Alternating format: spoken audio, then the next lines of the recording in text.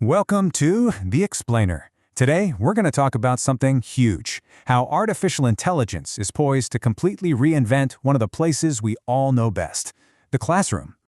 You hear this question all the time, right? Will robots take over our schools? And yeah, there's a lot of anxiety around that. But what's really interesting is that the reality might be way less about robots replacing teachers and a whole lot more about completely rewriting the job description. All right, so let's break this down. This whole transformation isn't going to happen overnight. It's predicted to roll out in three big eras. First, we've got ANI, the assistant. Then comes AGI, the partner. And finally, way out on the horizon, ASI, the architect. We're going to start with the tech that's already here, right now. So, first up, the near future.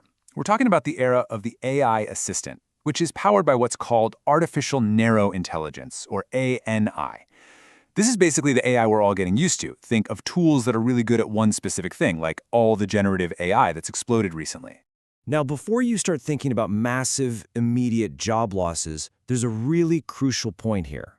Big institutions, like the Department of Education, they're going to act as a sort of cushion. They'll step in to make sure these changes aren't too jarring, really emphasizing that humans need to stay in the loop and that jobs remain stable for now. And this is where it gets really fascinating. Look at this breakdown. Aon isn't about getting rid of jobs, it's about changing them. It takes on all the grunt work, right? Drafting reports, automating billing, optimizing bus routes, all the stuff that eats up so much time. And what does that do? It frees up the humans to do the human stuff.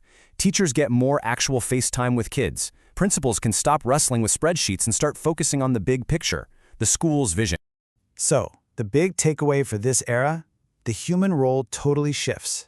You go from being someone who just does tasks to be more like the conductor of an orchestra. Your main job becomes fostering those soft skills that AI can't touch, like empathy and self-control. You're also the manager of this new digital world, and maybe most importantly, you're that human anchor for parents, the person they can trust and connect with. Okay, so that's the near future. But let's look a little further down the road, to around 2030. This is when we're expected to meet the next generation, artificial general intelligence, or AGI.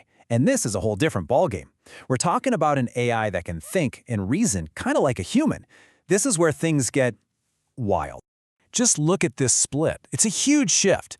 The AGI bots are now handling a lot of the hands-on, day-to-day stuff, leading activities, mediating little arguments, even helping with nap time. So what's left for the humans? Well, it's the really high-level work. They're the ones with the final legal responsibility. They set the entire school's philosophy. They audit the AI to make sure it's all above board. Humans are essentially elevated from practitioners to overseers. And yeah, with this kind of change, some roles are probably going to disappear entirely, specifically the purely physical ones. When you have AGI bots that can handle maintenance, cleaning, and security 24/7 without ever getting tired, well, the need for human staff in those areas just drops to zero. So what does the human role become in this AGI world? It becomes the ethical compass. The AI can create a perfect plan, but the human is the one who has to make the final call, to say, yes, this is right for our kids. And critically, they're the one who carries all the legal and moral weight for whatever happens next. All right, buckle up, because now we're taking a really big leap. We're jumping forward to around 2040, to the era of the AI architect. This is when we might see the emergence of artificial superintelligence, or ASI. And we're talking about an intelligence that is, almost by definition, beyond our comprehension, smarter than all of humanity combined. And this new era of ASI doesn't come alone. It's predicted to be paired with another game-changing technology, nanorobots. I mean, this is straight-up science fiction stuff. These are microscopic robots that can literally manipulate matter at the molecular level. Think about that. They could heal a wound in a split second, or completely transform the environment around you. So what does this actually look like in a kindergarten? It's profound. Imagine a world where a child can literally feel a friend's sadness, creating this ultimate form of empathy where hurting someone else is impossible. A world with zero physical risk, where a scraped knee heals before a tear can even form.